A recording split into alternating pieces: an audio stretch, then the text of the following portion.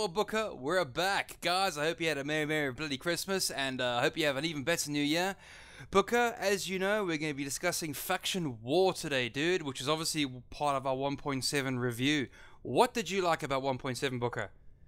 Well, I liked that it arrived, and and it managed to get here before Father Christmas, who I sincerely hope did come and fill your stockings right and proper, Bam. Yes, he did. PlayStation 4 loveliness. Yes. All right. I hate it that 1.7 isn't on PS4, by the way. But there you go. Oh well, there you go. Hey, but there you go. we all know we're beta testers for the. But our conspiracy theory. But I liked the combat rifle. I'm starting to like the rail rifle actually quite a lot. I've been trying that out just recently, and the HMG spread fix, which wasn't quite a 1.7, but it's just happened since, is pretty tasty as well. Yeah. I love the HMG fix. I can actually stand and deliver, you know. I can become the feared piece on the actual board that everyone should run away from. I'm also liking the fights between forge gunners, tanks, and dropships right now. The pilots are so stupid that I can just bury them. But I'll tell you what, Booker, I'm really enjoying this volcano mood. That volcano mood is loving it right now, man. I love it so much. Volcano mood. Yeah, you know, love volcanoes. Actually, I've just got to go back a minute now. I've got an image in my head of you dressed as Adam and the Ant, standing and delivering. I'm not that good looking. I agree, yeah. Well, believe it or not, Booker, believe it or not, right, I've actually invited along a CPM, and as you know, the CPMs have had quite a substantial role in the development for 1.7 with regards to speaking to the devs, and I've got CPM Jaeger, Dasher, Donna, whatever his name is. Right, man. Why don't you just call him Rudolph and get on with it? Mr. Heinrich Jägerblitzen, I think. I'll get it right one day. Yeah, Booker nailed it on the first try. Look at that. That's because I'm about 7 cans of Magnum, probably less further along the line than young Bam is. It is Christmas after all. Well, hello Heinrich. Hello. Thanks for having me. Welcome to our little corner of the universe. Really appreciate you coming along. Oh, it's been a pleasure. Yeah, and you are, of course, a member of our CPM. I assume most people know what that's all about, but just tell us a little bit about you, the man. Sure. So, my name's Heinrich Jägerblitzen. I am fighting for Delta Force. Delta Force has been somewhat inactive on Dust recently, so I float around a lot and join a lot of random squads.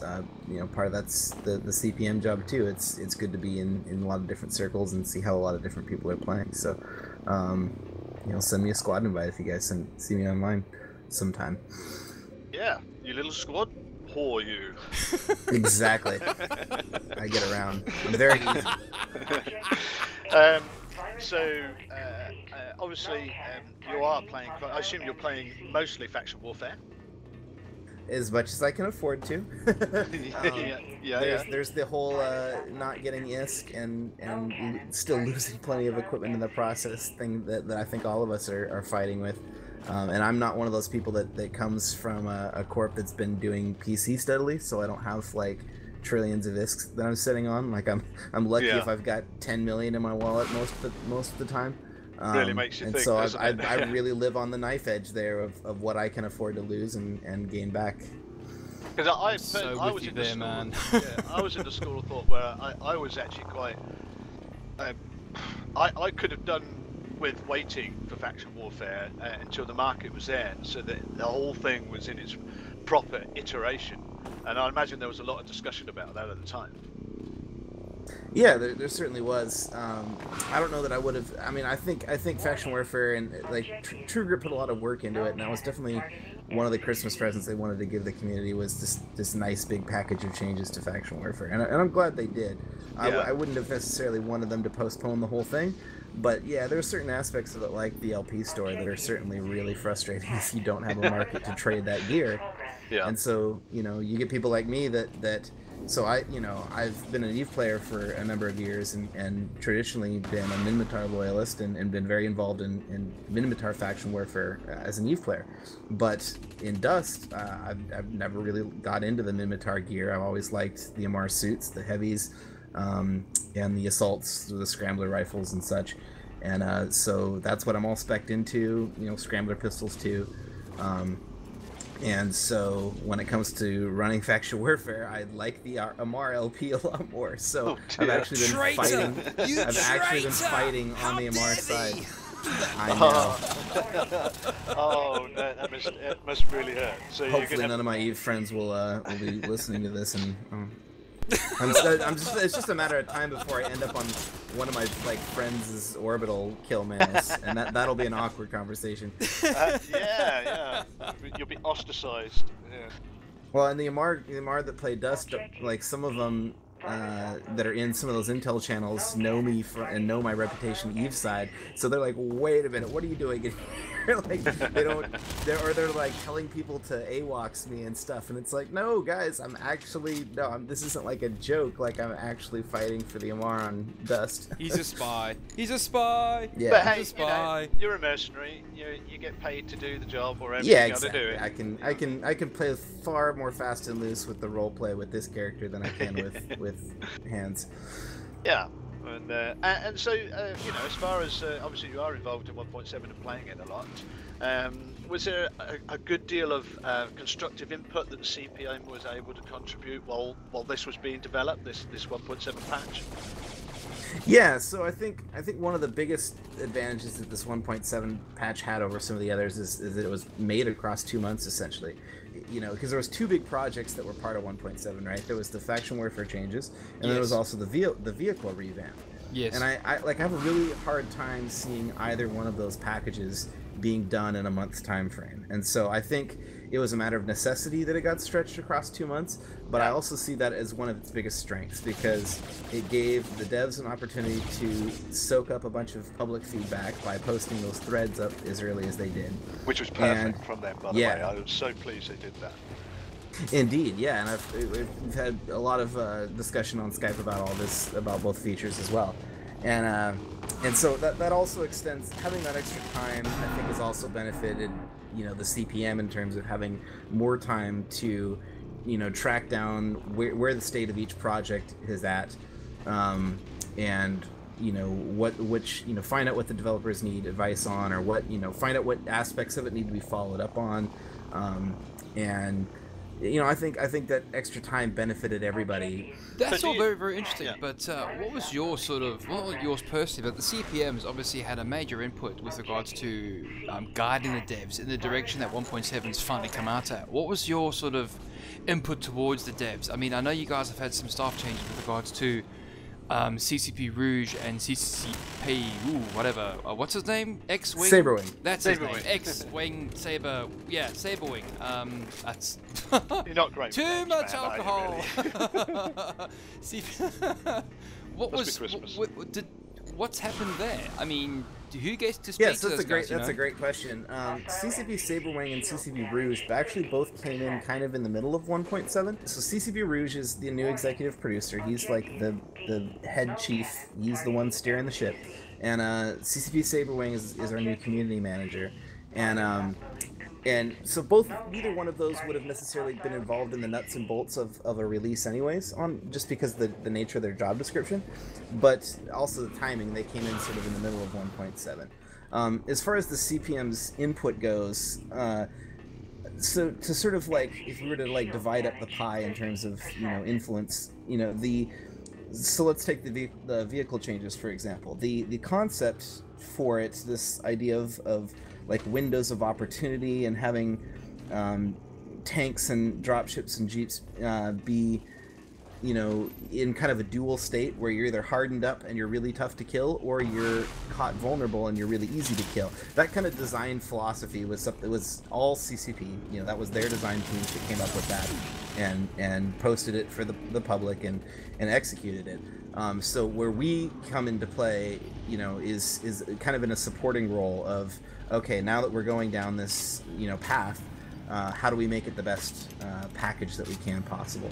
And so there were things that were issues that weren't addressed during this sort of initial pitch of the project. Things like vehicle costs and the need for some kind of an ability to lock your vehicle, or at least delay somebody else from stealing it when you bring it in. That was going to be really important. Yeah, that is a pain in the ass, that stealing of vehicles, yeah. I think 1.7 was a really big step, but also was groundwork laying for a lot of coming. And one of the things I really liked about it, is the actual, I mean, a lot of people complained initially at the reduction of these like specialist variants, but to me, I really like it because this is a big problem that Dust's gear has in general, where there's so many different power level tiers and such a discrepancy, whether it's from gun to gun or suit to suit. The whole idea of how our characters and equipment scales as we invest more skill points and go up the chain, I think it's got a lot of problems that need to be ironed out as the devs do each balancing pass here.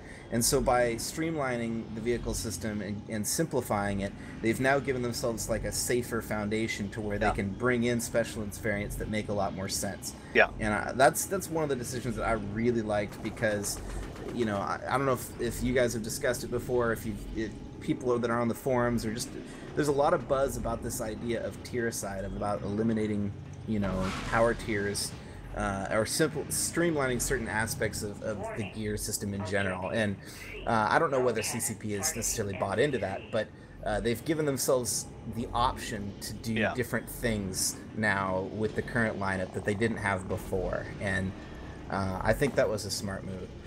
This is why people like you in there in place, and the 1.7 with the faction warfare and the vehicles was like, we ended up basically having a 2-month development cycle there, as opposed to the 1-month development cycle that we've been used to. I'm wondering if this is going to be a trend, because it's a lot to do in 1 month, a new patch every time. Do you think maybe with the new management coming in, we might be seeing some longer gaps between patches? I certainly hope so. Like for me personally, this is something I raised in a meeting we had months ago when we were talking about the pace of things and the fact that we were frustrated at the time with the lack of communication between CCP and the CPM, because it hasn't always been perfect. Like, it's taken us several months to sort of push to this point where we're starting to have a more productive relationship. But this is something I raised back months ago and said I really strongly suspect that pushing patches out on a monthly cycle is part of what's in essence cutting the community out of the loop in terms of the decision making. There's not enough time to consult. Yeah, they're having to work too fast, and as far as I'm personally concerned, I think it's like an unacceptable casualty. Like, if the pace of development is so fast that there's not time for the developers to even stop and talk with the CPM, which is the way it was, over the summer, where, we were being told about stuff the same time the public was, and that to me is just kind of a waste of having us around if you can't stop what you're doing to have a meeting. So absolutely. I personally hope that they've learned from this and they say, okay, we can get a lot better job done in 2 months than we can in one. I agree with that. Yeah, 1.7 was the best thing we've had for many moments. I mean, I think when they first started it, there was a need for us to see that something was happening very quickly because there were so many things wrong. But I think that's probably why they did it, was to show a dedicated effort, and I think monthly patches or release of some kind of another, it's totally fine as long as it's a reasonable scope. And I think where it gets a little dicey is when they start trying to cram what should be larger features like a rebalance or like a faction warfare system overhaul. When you start to try to cram those into a monthly cycle, that's where things go really wrong. And so it's getting better, I think. Right, well, that's all very interesting stuff, you know, but I want to know more about the CCP guys at their end. Hans, Hendrik, Jaeger, whatever. You said the. That's not very I'll nice. I'll get it right. I'm one used day, to it. Booker. That's fine. Whatever I'll get it works. right one day. You I- mentioned that CCP Rouge and Saberwing were. I got that right. See, Yeah. were sort of like captaining the helm, sort of thing. I'd like to know a bit more about them because obviously I don't get to speak to them. CPM does. Come the on, new kids on the CPM, block? tell me about them, please. Sure. So, CCP Rouge comes from a background in free-to-play games. He's worked on Battlefield free-to-play, and in general, I think he's shaping up to be what I think will become a really smart hire for CCP. It's like I understand a lot of players would probably be frustrated by now if I wasn't in, like, it's hard because of the perspective of where I'm sitting to know what it's like to be a player that hasn't really heard a lot from him because he hasn't said a lot since his initial, like, hey, I'm here, they hired me post. But a lot of that's just because they brought him in, you know, to do big things for the game and to you know, wrestle the game sort of out of its groove that it's fallen into and get it back, you know, headed in the right direction where I think a lot of the community knew it could go all along. And so they brought him in to do big things, and he's got a lot of big decisions to make, and he's got a lot of evaluation to do as far as how the teams have worked up to this point, how they're going to be working together in the future.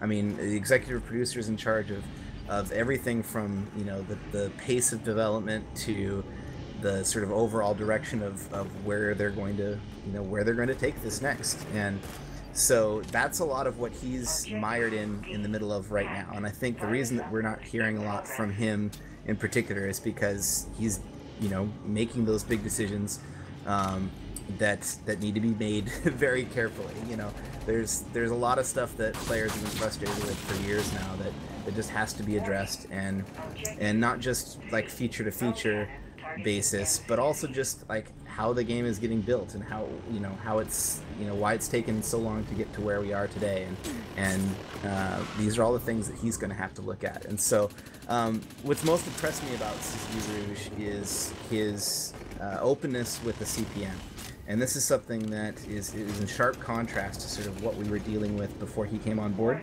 I mentioned we were already frustrated at times, especially during the summer, because we just weren't getting a lot of the meetings that we felt we needed and deserved with the various design teams, and we were finding out things at the same time as the public, and it was frustrating.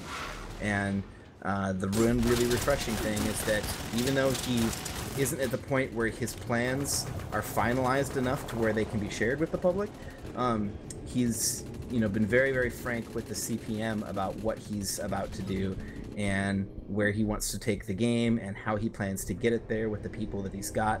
But do you think, are you impressed, or are you pleased about the direction he's taken, that he's told you about? Does it give you hope for what's coming in the future? I'm fairly impressed with certainly with his vision and scope. I think the issue, of course, is always one of resources and what one can actually deliver. I think he's got a really strong understanding of sort of the game's core problems and why people have walked away, why new players that join aren't sticking around. And so I'm really satisfied with Rouge's understanding of all these issues.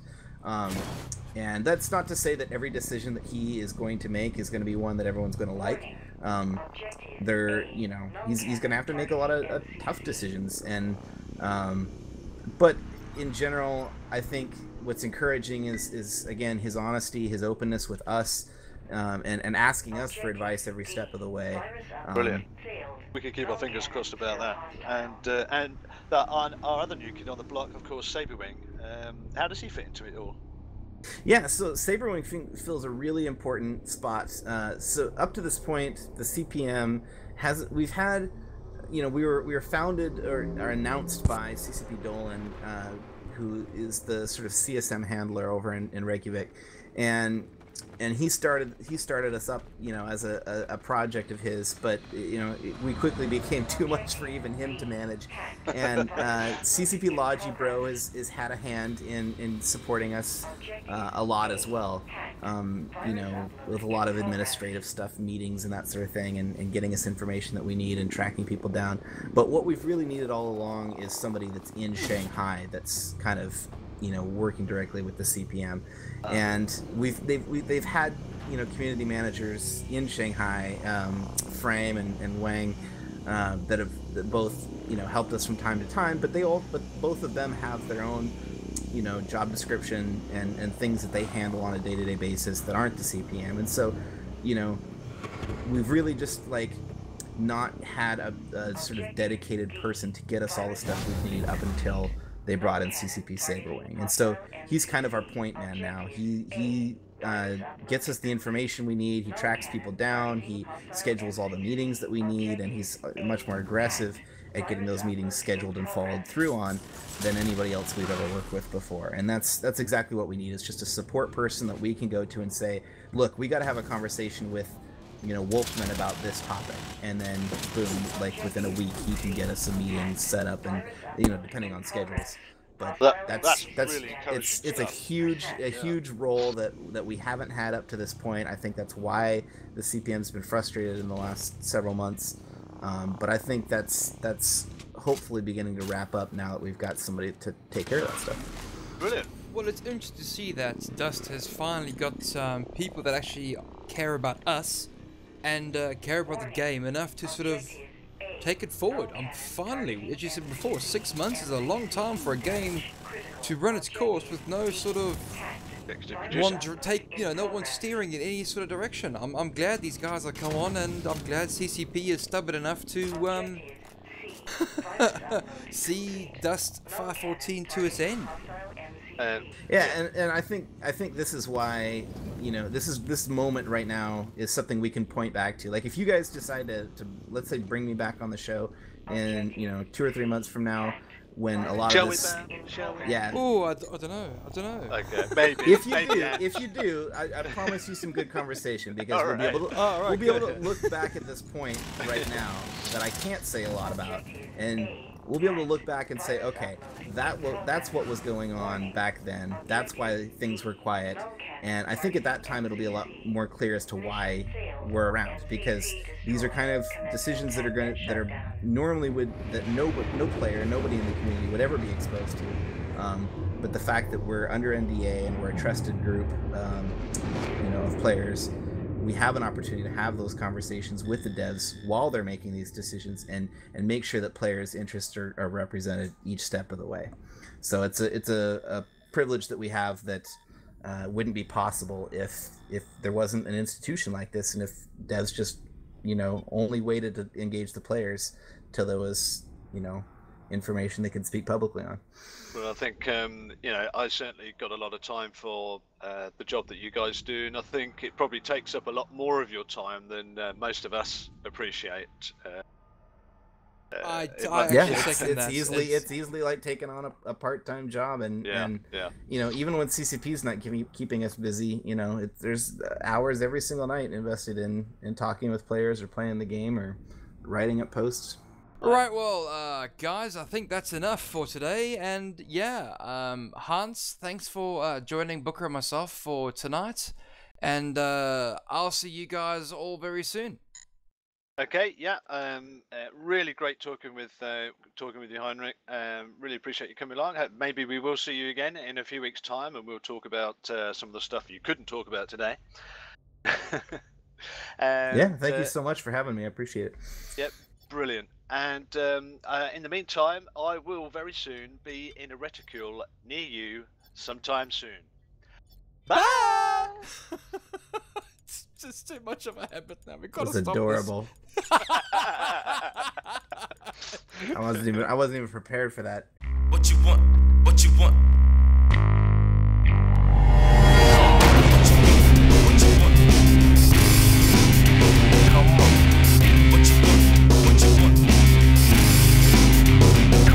Come on. What you want?